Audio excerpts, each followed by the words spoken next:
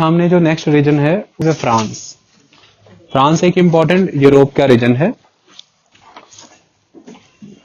देखिए as compare to Britain, जो France है वहां पर पॉपुलेशन भी कम है, अर्बनाइजेशन भी कम है, क्योंकि इंडस्ट्रियलाइजेशन भी कम है। तीनों चीजें कम है as compare to Britain. France में कोई बहुत बड़े उस लेवल पर, तो फ्रांस में इन तीनों चीजों की कमी है as compare to Britain. France में किस तरह की चीजें जो हैं डेवलप हुई हैं, उसके लिए आपको चीजें समझनी होंगी। मुझे एटलस दिखाइए।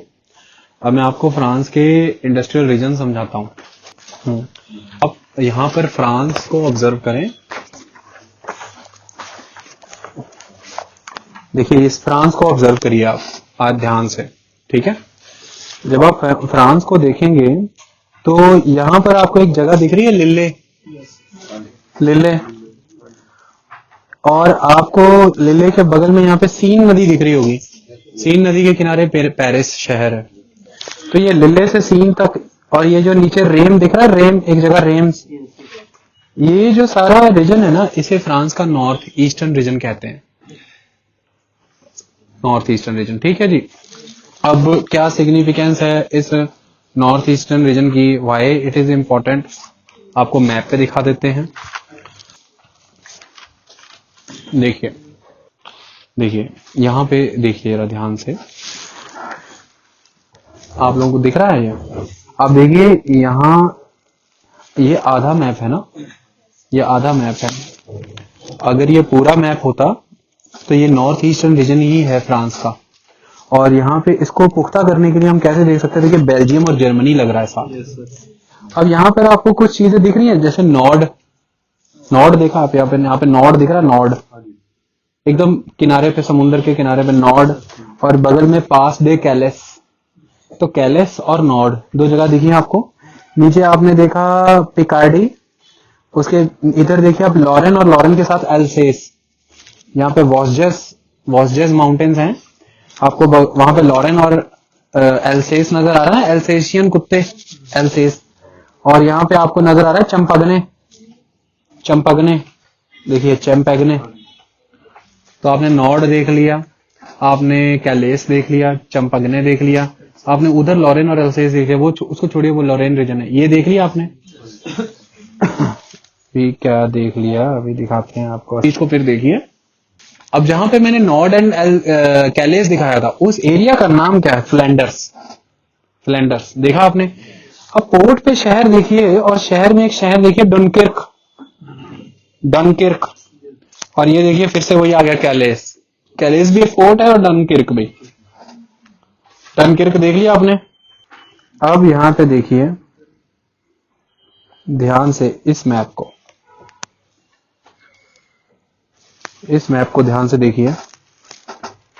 ये दिखा आपको पूरा डनकिर्क, डनकिर्क का इलाका, उसके साथ कैलेस का इलाका दिखा आपको।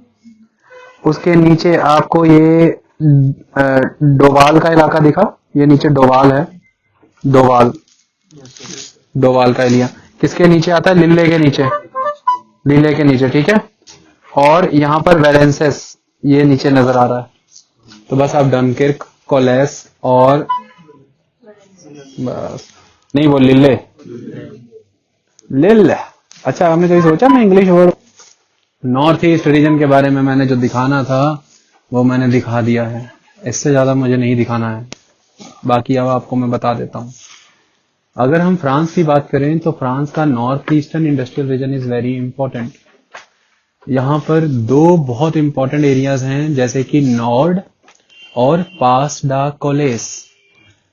ये जो कोलेस और नॉर्ड का इलाका है, ये बहुत इंपॉर्टेंट कोल माइंस हैं फ्रांस की, बहुत इंपॉर्टेंट कोल माइंस हैं फ्रांस की। ये किसकी एक्सटेंशन है? अगर हम देखें तो ये इसकी एक्सटेंशन है। यहां पर आपको बेल्जियम नजर आ रहा है। बेल्जियम से नदियां फ्रांस में एंटर होती हैं ऐसे हॉरिजॉन्टली। नदियों के नाम है सैम्बर एंड म्यूस। सैम्बर और म्यूस नदियों की जो कोल माइन है वही एक्सटेंड होकर फ्रांस में जा रही है, और ये यही वाली कोल माइन है जिसको आप यूज कर रहे हैं। कौन सी? सैम्बर और म्यूस वाली, जिसका नाम यहाँ पे क्या पड़ा है? नॉर्ड और कॉलेस। तो इस कोल माइन से आपको कोल मिल जाता है। और मैंने आपको अभी दिखाया फ्रांस का ईस्टर्न एरिया जो जर्मनी से टच करता है, वहां पे है लॉरेन। लॉरेन से आपको मिलता है आयरन ओर। तो लॉरेन से आयरन ओर लेकर के और नॉर्ड और कोलेस रीजन से कोल लेकर के आप यहाँ पर कौन सी इंडस्ट्री लगाते हैं? Iron and steel industry. तो नेचुरली फ्रांस का this north eastern region is famous for the iron and steel industry. और यहाँ पर इंपॉर्टेंट प्रोडक्शन सेंटर्स कौन से हैं? Dunkirk. Dunkirk is important iron and steel industrial region of the France. अब मैंने और भी यहाँ पे बहुत सारी जगहों के नाम है, वो इंपॉर्टेंट नहीं है, आपके लिए डनकिर्क इंपॉर्टेंट है। इसके साथ ही ये जितनी भी यूरोपियन कंट्रीज है ना, चाहे वो जर्मनी है, चाहे वो फ्रांस है, चाहे वो लग्जमबर्ग अभी मैं कराऊंगा, बेल्जियम कराऊंगा, चाहे वो इटली कराऊंगा, ये सभी इंडस्ट्रियल रीजन की एक खासियत है, ये सभी के सभी किसी जमाने से टेक्सटाइल के माहिर हैं। क्योंकि यूरोप का ये basic geographical area is very famous for the extensive agriculture. और यहाँ पर शीप रियरिंग और प्लांट फ्लैक्स, जो प्लांट फ्लैक्स से लिनन रिकवर किया जाता है, एंड फॉरेस्ट से जो रेयन लिया जाता है, तो फॉरेस्ट से रेयन, फॉरेस्ट है यहाँ पर एक्सटेंसिव ग्रासलैंड है, तो शीप रियरिंग, गोट रियरिंग, ये सब जानवर रखे जाते हैं और प्लांट लगाए जाते हैं, क्योंकि बहुत एक्सटेंसिव लेवल पर आप बहुत से मैदानी इलाकों पे जंगल नहीं हो सकते, तो वहां से उससे फ्लैक्स निकाल लेना। इस वजह से इन पर्टिकुलर एरियाज में लिनन, रेयन और बहुत बड़े पैमाने पर वुलन टेक्सटाइल इंडस्ट्री आपको हर जगह पे ही मिलेगी। और जब बाद में यूरोपियन कॉलोनाइजेशन का दौर शुरू हुआ, तो चूंकि ये कोस्टल एरिया है, पोर्ट एरिया है, कॉटन इंपोर्ट कराएंगे तो यहाँ पे कॉटन टेक्सटाइल, और चूंकि यही पर्टिकुलर एरिया से आप मिडल ईस्ट कंट्री से पेट्रोल भी इंपोर्ट कराएंगे, क्रूड भी इंपोर्ट कराएंगे, तो पेट्रोकेमिकल इंडस्ट्रीज लगेंगी, तो बगल में सिंथेटिक फाइबर इंडस्ट्री लगनी जरूरी है। तो लिले एक ऐसी जगह है फ्रांस की जहां पर हर तरह का टेक्सटाइल होता है, वो लिनन है, कॉटन है, वुलन है, रेयन है, चाहे सिंथेटिक फाइबर है, लिले इज फेमस। क्लियर? तो टेक्सटाइल होता है यहाँ पर, आयरन एंड स्टील होता है, आयरन एंड स्टील होगा तो नेचुरल सी बात है कोल, तो कोल से कोक, तो कोक से केमिकल, और टेक्सटाइल इंडस्ट्री है तो फिर कैसे नहीं होगी केमिकल इंडस्ट्री? टेक्सटाइल में केमिकल यूज होता है, तो केमिकल इंडस्ट्री का होना भी लाजमी है। मशीनरीज बननी भी बहुत जरूरी है, शिप बिल्डिंग इंडस्ट्री तो होगी, पोर्ट एरियाज है। और बहुत इंपॉर्टेंट चीज यहाँ पर, ये पर्टिकुलर एरिया बहुत एक्सटेंसिव वाटरवेज, बहुत एक्सटेंसिव रोडवेज और बहुत इंपॉर्टेंट रेलवेज से कनेक्टेड है पर्टिकुलरली। तो इन तीनों को केटर करने के लिए ट्रांसपोर्ट इक्विपमेंट इंडस्ट्रीज भी होगी। और मैंने अभी बताया कि शुरू दिन से एग्रीकल्चर हो रहा है, तभी तो इतने सारे टेक्सटाइल हो रहे हैं, तो फिर एग्रीकल्चरल इक्विपमेंट इंडस्ट्री तो होनी ही होनी है, तो एग्रीकल्चर इक्विपमेंट इंडस्ट्री भी है। तो नॉर्थ ईस्टर्न रीजन कुल मिलाकर के इन चीजों की वजह से जाना जाता है। ओके, बस इससे ज्यादा कुछ नहीं है, ध्यान दीजिए। The presence of coal fields of Nord and Pas de Calais, a continuation of the Sambre and Meuse coalfield of Belgium, and the relative ease with which iron ore can be brought from Lorraine or imported from Sweden have formed the very foundation of industrial growth in the region. The most important industries in the region include iron and steel industry of Dunkirk, Douai, Denham and Valences, जो मैंने कहा था. Metal parts and machineries are also manufactured. Cotton, woolen, linen, synthetic textile of Lille. Railway coach and arms manufacturing is found at Doraine. ये Doren ये याद रखने की जरूरत नहीं। While engineering industries are found at Douai, Lembrouve and Bethune. बस वो industry सारी ध्यान में रखना। अब बहुत एक्सटेंसिव पढ़ चुके हो, अब आपको पता है, आपको American Oxford university, Cambridge universities, Boston, उसके बाद इन सभी यूनिवर्सिटीज के स्लाइड शेयर्स है नेट पे। मेजर इंडस्ट्रियल रीजन जब फाइंड आउट करोगे, हार्डली 8 से 10 स्लाइड्स हैं, आप उनसे 10 गुना ज्यादा पढ़ गए हो। मतलब आप जब वो स्लाइड्स पढ़ोगे तो आपको फीलिंग होगी कि कुछ भी नहीं है, असि तो इन्ना जानते हैं, मेरे तो खत्म आड़े सामने। एक स्लाइड शेयर आज आपके साथ शेयर, मैं आपको इमेजेस सेंड कर रहा था ना, जो वो स्लाइड शेयर की थी, एक मैं आपके साथ शेयर कर दूंगा, आप पढ़ लेना उसको, देख लेना कितना बताया उसमें।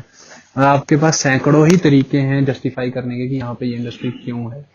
मतलब जिंदगी भर का ठिकाना हो गया आपका। अगला इलाका कौन सा है बेटा? लॉरेन। लॉरेन का इलाका, ये जो लॉरेन है ना सिमरन, यहाँ पर बहुत जबरदस्त पैमाने पे क्या मिलता है? Iron ore. और ये कोल कहाँ से मंगाता होगा? चलिए सुनिए, तो कोल कहाँ से मंगाता होगा? नॉर्ड और कोलेस। क्लियर सी बात है। तो यहाँ फ्रांस का टॉप मोस्ट स्टील इंडस्ट्री कहाँ है? लॉरेन में। हब है, लॉरेन इज द हब। ठीक है, बस ये आपको नहीं भूलना, लॉरेन और अल्सेस का इलाका। धीरे धीरे ये रीजन आज की डेट में पिछड़ता चला जा रहा है। क्यों? एक तो ध्यान से देखिए, इसकी लोकेशन इंटीरियर है, इंटीरियर में है ये।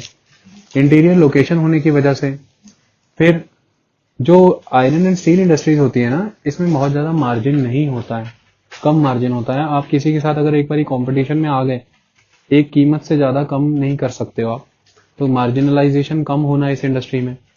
तीसरा, जो कोल है जिसके बेसिस पे आपकी इंडस्ट्री चल रही थी, कोल का as a source of energy धीरे धीरे खत्म होते चले जाना और उसकी इंपॉर्टेंस खत्म हो जाना, कोल एग्जॉस्ट हो जाना और कोल की इंपॉर्टेंस खत्म हो जाना। फिर किस बेस पे इंडस्ट्री चल रही है? पेट्रोकेमिकल के बेस पर चल रही है, तो वो आप पोर्ट से तो इंटीरियर लोकेशन में और नियर बाय एरिया में रूर है आपका, बिल्कुल एडजेसेंट कौन है? रूर का इलाका। तो रूर की इंडस्ट्रियल कॉम्प्लेक्सेस आप जानते हैं कितने स्ट्रांग है। तो ये रूर से कंपटीशन मिलना इंडस्ट्री का इन इट सेल्फ एक नुकसान है कि मार्जिनलाइजेशन कॉस्ट जो है, मार्जिनलाइजेशन प्रॉफिट उतना नहीं है, कोल की सिग्निफिकेंस खत्म हो जाना। इन सारे कारणों से आज की डेट में जो लॉरेन का इलाका है इंडस्ट्रियली डिग्रेड हो रहा है, उतना ज्यादा डेवलप नहीं है। अगर मैं आपको बताना चाहूं तो मैं आपको यूरोप में 4 जगहें बताना चाहता हूं, ध्यान से सुनिएगा। जर्मनी का स्टुटगार्ट, फ्रांस का लियोन, स्पेन का बार्सिलोना और इटली का मिलान। ऐसे ही बनता है, ऐसे बनेगा। इनको पता क्या कहते हैं? They are 4 motor of Europe, 4 motors of Europe. और अगर मेरे पुराने बच्चों की याददाश्त ताजा हो तो ये सारा पढ़ाया था, 4 मोटर्स ऑफ यूरोप। इटली का मिलान, जर्मनी का स्टुटगार्ट, फ्रांस का लियोन और स्पेन का बार्सिलोना। ये 4 मोटर है यूरोप के। मोटर क्यों क्या इन्होंने यूरोप ਨੂੰ ਬੰਨੇ ਲਾਇਆ ਤਰੀਕੇ ਨਾਲ, ਇਹਨਾਂ ਨੇ ग्रोथ कराई। They are 4 engine of growth. जिदा एशिया के 4 टाइगर आ, एशियन टाइगर, इदा ये 4 मोटर्स ऑफ ग्रोथ आ। ठीक है, तो ये जो इलाका है पर्टिकुलरली फ्रांस का, ये जो है ये आयरन एंड स्टील के लिए जाना जाता है। और जो अब इंडस्ट्री है अवनति की ओर बढ़ रही है, उसके सारे कारण मैंने आपको बता दिए हैं। लॉरेन के बारे में इतना ही है, पढ़ लेते हैं।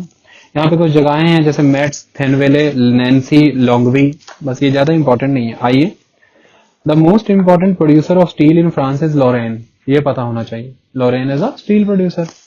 The iron and steel industries are based on the local minette ores but coal is imported.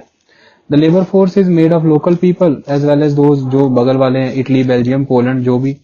Transportation network is very well developed. Metz, Thionville, Longwy, Nancy are the imported. जब मैं आपको ये लॉरेन रीजन दिखाऊंगा तो ये सारे नाम आपको दिख जाएंगे। Are the most important industrial centre. Apart from iron and steel industry, other industry of region include वो सारी furniture, electrical machinery, cotton textile, glass. Location in the interior, decline of coal, marginal economic viability, and the competition from more efficient producers in the Saar and the Ruhr have posed a great challenge to this industrial region. खत्म। उसके बाद आ जाता है the greater Paris. पहले एक बार Lauren reason दिखा देते हैं आपको कैसे खत्म होते चला जा रहा है ना सारा। ये मैप में आपको भेजूंगा मैं। यहाँ पे देखिए मैट्स है, यहाँ पे देखिए थॉर्नविले एकदम टॉप पे, थॉर्नविले, मैट्स, नैन्सी, ये सारे इंपॉर्टेंट एरियाज हैं। I will send you, don't worry. देखिए पेरिस बिल्कुल सेंटर, और नदी कौन सी है? सीन, सीन नदी है पेरिस नाम की जगह। ये पेरिस जो है पूरे वर्ल्ड में जाना जाता है फैशन इंडस्ट्री के लिए। चलिए जस्ट चर्चा करते हैं। देखिए अच्छी बातों पे तो चर्चा होनी ही चाहिए। कैसा? मिलान में तो बेटा होते हैं सिल्क के कपड़े, मिलानो से बोलते हैं, मिलानो। पेरिस, तो पेरिस फैशन इंडस्ट्री है बेटा। इधर देखो जसप्रीत, आंखों में आंखें डाल के देखो क्या होता है कि यहाँ पे एक बर्बन डायनेस्टी है, फ्रेंच रूलरों की। ये बर्बन डायनेस्टी के रूलर बड़े समय से रूल कर रहे हैं और बड़े शाही रूलर हैं, बड़े अंदाजे बयान है इनके। 1641 में बेटा अर्शदी, 1641 में गद्दी पर एक राजा बैठते हैं, लुइस 14। ये जो लुइस नाम से ही है सारे, 14, 15, 16। लुइस 14 जब गद्दी पे बैठते हैं ना, तो वो ये कहते हैं कि राज्य का यदि विकास करना है तो सदियों से चला आ रहा वो जो ग्रीक और रोमन कल्चर है, आर्ट एंड क्राफ्ट, इसको प्रमोट करना होगा, ऐसे तो राज्य का विकास नहीं होगा। कहते सर आप करना क्या चाहते हैं? कहते सबसे पहले तो उन डेड लोगों को मैं काम दूंगा जिनसे काम नहीं मिला, नक्काशियां करें बैठ के। कहते क्या करेंगे? कहते वर्साइले का पैलेस सजाएंगे, बनाएंगे। तो लुइस 14 के नाम पे है जो पैलेस ऑफ वर्साइले है, विश्व का सबसे विहंगम दृश्य है उसके अंदर। मतलब वर्साइले के अंदर इतना समझ लीजिए कि वहां पे की गई कलाकारियों का एक छोटा सा नमूना हमारे देश के राष्ट्रपति भवन के अंदर वाले डोम में नजर आता है। तो पूरा वर्साइले पैलेस वैसा है। तो वर्साइले पैलेस तैयार कराया उसने, गदगद हो गए लोग रोजगार। जब दीवारों को इतना फैशनाइज किया गया जा रहा है तो इंसान कैसे रह सकते हैं? टेक्सटाइल वालों को बुलाया, कहते आओ तुम भी बैठो, क्या क्या कर सकते हो बताओ। कहते सर ऐसे ऐसे धागों से बना सकते हैं ना कुछ कि कपड़ा भी होगा लेकिन सब दिखता भी रहेगा। कहता है ऐसी क्या चीजें बना देते हो यार, बना के बताओ। तो बनाए उन्होंने, ऐसा आर्ट एंड कल्चर प्रमोट किया कि टेक्सटाइल इंडस्ट्री इतनी टेक्निकल चीजें पढ़ा रहा हूँ, नेट पे ऐसे ही लिखा है, गलत तो नहीं मैं पढ़ा सकता। तो ऐसी इंडस्ट्री वहां पर सेट हुई कि जो आसपास के कारीगर हैं उनको लंबे समय के लिए काम दिया जाने लगा। घर से कम्यूट नहीं कर सकते थे, परमानेंटली पेरिस के अराउंड ही सेटल होने शुरू हो गए। कहते यहीं पे टिकना ही पड़ेगा, राजा तो दीवाना हो गया है, काम ही बड़ा करा रहा है, तो यहीं पे रहना पड़ेगा। तो वो रहने शुरू हो गए। तो टेक्सटाइल इंडस्ट्री में बहुत बूम आ गया, ग्रोथ होने लगी। धीरे धीरे यहाँ की फैशन इंडस्ट्री लुइस 14 के द्वारा जो शुरू की गई थी, इसमें चेंजेस आए। आगे आगे आते हैं, जब फ्रेंच रेवोल्यूशन आया तो वहां पर एक एंटोनिएट रानी हुआ करती थी। इसी के वजह से कहते हैं कि फ्रेंच रेवोल्यूशन भी हुआ, क्योंकि खर्चा बड़ा कराती थी। जो लुइस है ना, बाद वाला लुइस, ये ऑस्ट्रिया से एक लड़की बिहार के लाया था, ऑस्ट्रिया की रानी एंटोनिएट। और वो कहती थी मतलब सारा राज्य का धन किसानों का चूसा हुआ बस मुझ पे लगा दो। एक से एक एक्टिंग, एक से एक वस्त्र, कपड़े, फैशन। और लुइस 14 के द्वारा एक शुरुआत की गई थी। कहते हैं उसने किया तो बाय एक्सीडेंट ही था, लेकिन हो गया ये बाय चॉइस सारी दुनिया में। उसके बाल उड़ रहे थे तो उसने विग पहननी शुरू की, कुंडलों वाली। और जब लुइस 14 ने 1640 के राउंड ये कुंडलों वाली विग पहननी शुरू की, पूरे यूरोप में ये फैशन फैल गया, क्योंकि उसके जो कोर्टियर्स थे उसकी नकल करने के लिए कि ये क्या पहनते, मतलब क्या बड़े जबरदस्त लगते हैं, उन्होंने नकली बाल वैसे रखने शुरू कर दिए, कुंडलों वाले ऐसे ऐसे। और धीरे धीरे यूरोपियंस ने वो बाल बढ़ाने ही शुरू कर दिए वैसे वैसे। और औरतों ने, ये फ्रांस पूरे वर्ल्ड में जाना जाता विग, अब आगे से तिरछा कटा, ये वो बड़ी जबरदस्त विग कल्चर चला वहां पर। फैशन इंडस्ट्री प्रमोट होने लगी। एकदम से सिस्टम ये आया कि समय बदला, 18वीं 19वीं सदी आई, 19th सेंचुरी जब आई, तो ये जो फ्रांस है ना, फ्रांस का जो मेडिटेरेनियन सी को एरिया टच होता है, ये बेटा बहुत इंपॉर्टेंट गलना है। मतलब फैशन इंडस्ट्री वाले को नहीं पता, जड़ी आज समझा रहा था मैं। फ्रांस का ये जो कोस्ट है ना, this particular coast of France, इतना प्लेजेंट वेदर है ना यहाँ पे, इसको कहते हैं द रिवेरा कोस्ट, रिवेरा। और ये पूरे वर्ल्ड लेवल पर अट्रैक्शन रहा है, सबसे ज्यादा टूरिस्ट, सबसे ज्यादा फिल्म शूटिंग्स और बहुत भयंकर फिल्म इंडस्ट्रीज के लिए। तो यहाँ पर होते हैं award shows, film shootings, film industries के लोगों की विजिट्स। तो रिवेरा कोस्ट पे उन लोगों ने आना, और जो फिल्म इंडस्ट्री यहाँ का गढ़ यहाँ पे मेला लग रहा है उन लोगों का, तो फिर उनको केटर करने के लिए फैशन इंडस्ट्री तो आएगी सर्व करने। तो कॉस्मेटिक्स के प्रोडक्ट्स, कपड़े, टेक्सटाइल, ये जितने भी है ना, पलाजो, शवाजो, ये वो, ये सब फ्रेंच स्टाइल है। तो यहाँ पर कई तरह के रेवोल्यूशंस भी हुए, जिस दौरान ये रिवेरा कोस्ट यूज किया जाता था। जो वुमेन है यहाँ की, यहाँ पे एक टैनिंग का कंसेप्ट चलता है, बॉडी टैनिंग करना। यहाँ पे लेटी रहती हैं 2-2, 3-3 दिन और बॉडी टैन करती हैं, क्योंकि उसकी अट्रैक्शन बहुत मानी जाती थी अदर कंट्रीज में, यूरोप को छोड़ करके अदर कंट्रीज के बीच में। तो कॉलोनाइजेशन के दौरान इन्होंने ये कंसेप्ट अपनाना शुरू किया। तो अल्टीमेटली रिवेरा कोस्ट की सिग्निफिकेंस एज अ टूरिज्म बढ़ना और खासतौर पर फिल्म इंडस्ट्री का अट्रैक्शन बढ़ना, तो इस वजह से कॉस्मेटिक्स और टेक्सटाइल इंडस्ट्री और बूम आया।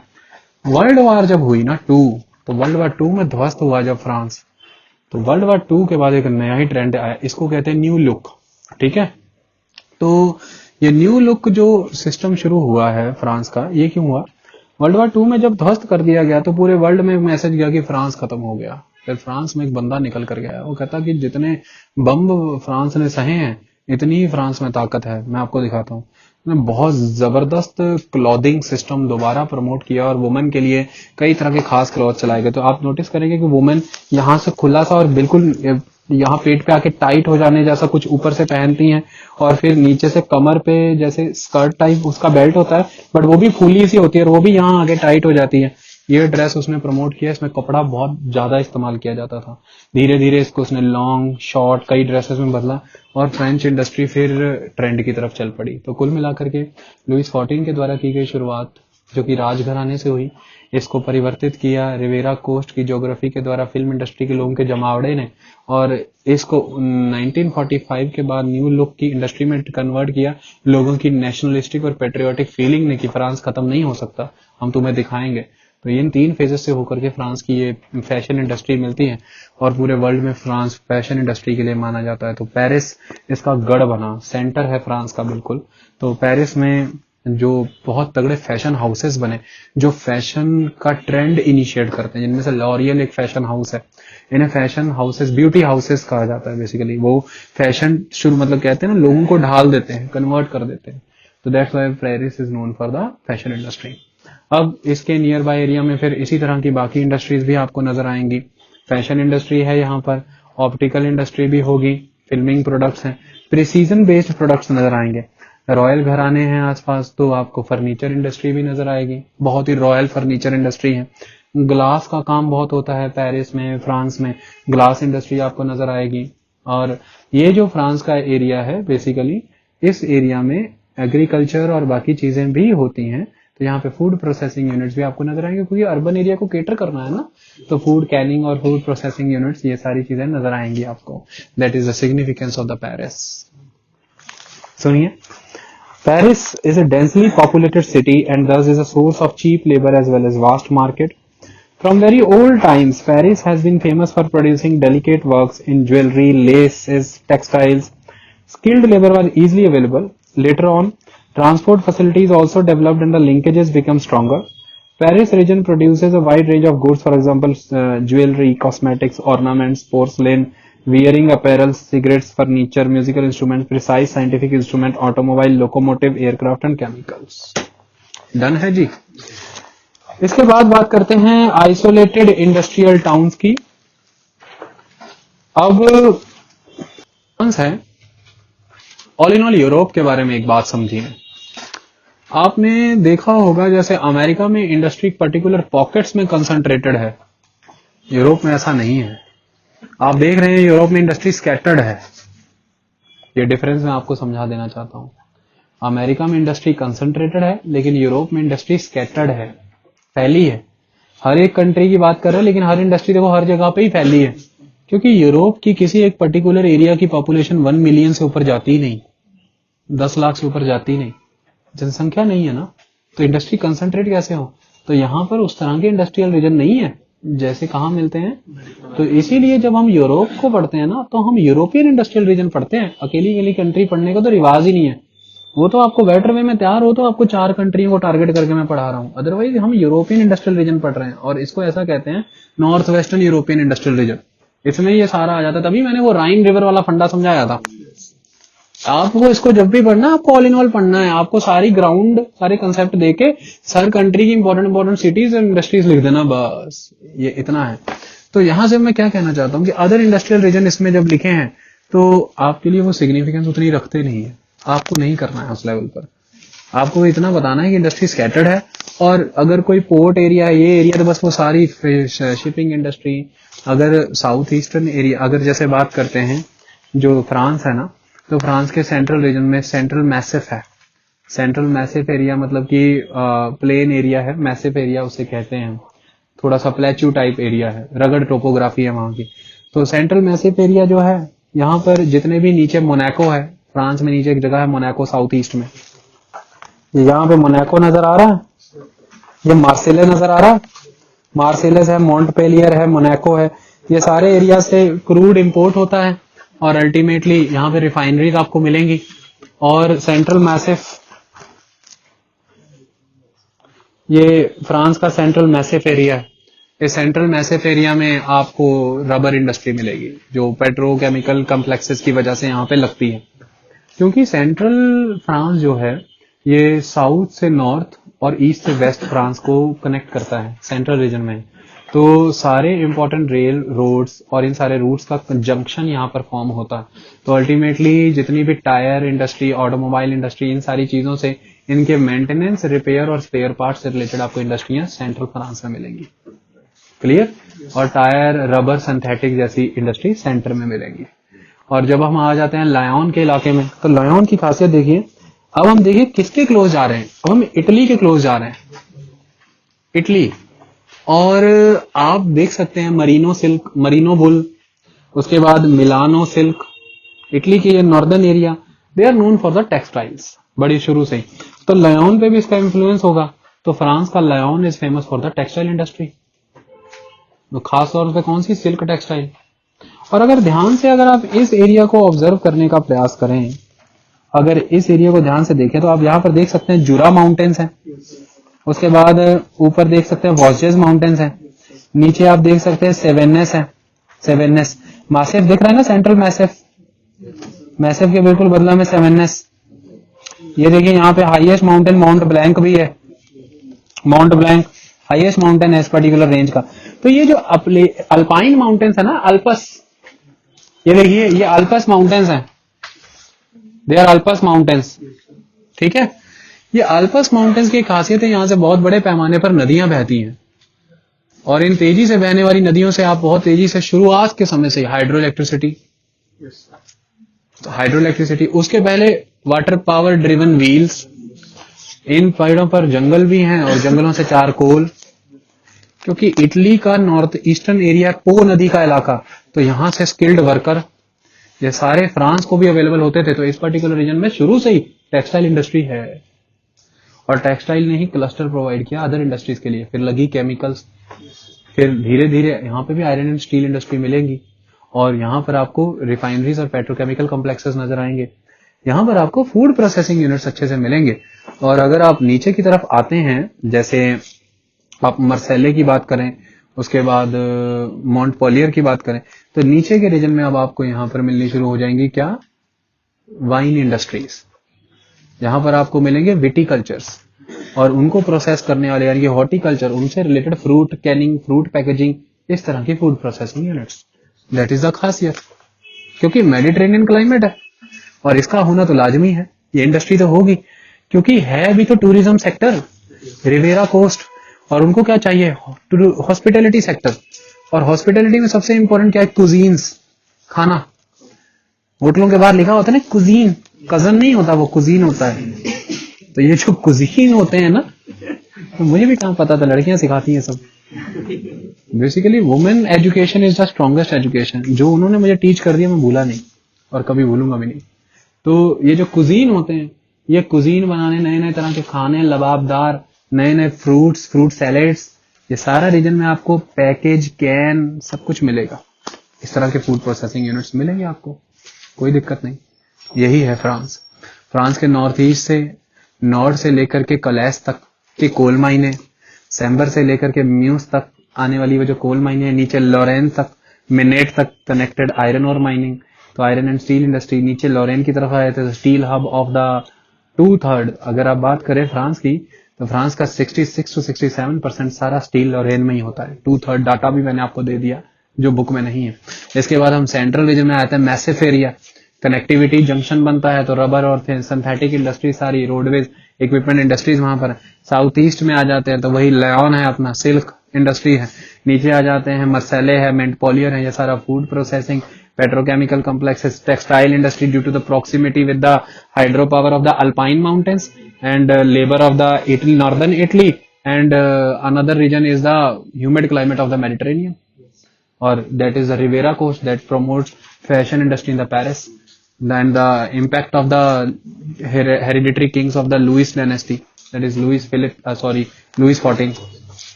Simply याद रहेगा ना, आइए इसको पढ़ते हैं। There are few isolated industrial towns that have developed on the basis of some local factor. On the basis of availability of local coal and iron ore, steel industry, ये सारी जगहों के नाम छोड़ देना। Steel industry developed at Creusot, Saint Etienne and Alice, जरूरी नहीं। But as the local ores have exhausted, the iron and steel plants are getting the supplies of ore from Africa and Sweden. Clermont Ferrand, situated in the heart of the Central Massif, produces tires, chemicals, engineering goods and cotton textiles. तो ये नाम अगर नहीं याद होता फरांड तो कोई जरूरी नहीं है. Limoges is famous as pottery and Lyon is known as zinc textile production and also produces cotton, rayon and nylon textile. Chemical industry also has developed here. ये सारा आप देख लेना, ठीक है. ओके ये जो बताया ना, Grenoble utilises the hydel power obtained from the alpine river and has developing light industry. It has developed cement industry based on the availability of limestone. तो लाइमस्टोन के बेसिस पे सीमेंट इंडस्ट्री लगेगी, ये important होना चाहिए, ये पता होना चाहिए आपको. कुल मिलाकर के यही है अदर इंडस्ट्रियल रीजन, और कुछ नहीं है, ठीक है. इसके बाद बात करते हैं इटली की. अब इटली को समझते हैं. इटली ये तभी होगा जब आप इटली में जाके ऑलिव ऑयल तोड़ेंगे. जो दिहाड़ी से पैसा मिलेगा उससे ट्रिप लगेंगे. चलिए इटली के बारे में समझिए, समझो ध्यान ना. इटली के बारे में देखिए, अकाल हरमीत ने द गीता से इटली के बारे में सुनिए. इटली का इंडस्ट्रियल रीजन कोई उतना ज्यादा डेवलप नहीं है. इटली इंडस्ट्रियली उतना ज्यादा डेवलप कंट्री नहीं है. उसके कई सारे कारण हैं. पहले तो हम समझने का प्रयास करें. ये देखिए इटली, ये इटली को देखिए. इटली को जब आप ध्यान से देखेंगे तो आपको एक चीज ऑब्जर्व होगी कि इटली के पास किसी तरह के कोई रिसोर्सेज नहीं है. ना आयरन ओर रिसोर्सेज हैं, ना कोल रिसोर्सेज हैं, ना कोई मेटालिक रिसोर्सेज हैं. जो थोड़े बहुत कोल रिसोर्सेज है वो फिनिश हो गए. डन है जी. तो अल्टीमेट एस्पेक्ट इसकी, जब ये सारे रिसोर्सेज हैं नहीं तो इंडस्ट्री लगेगी कैसे. दूसरा, एग्रीकल्चरली भी ये कंट्री इतनी डेवलप्ड नहीं है. क्यों? एक तो इसके सेंटर के बीचों बीच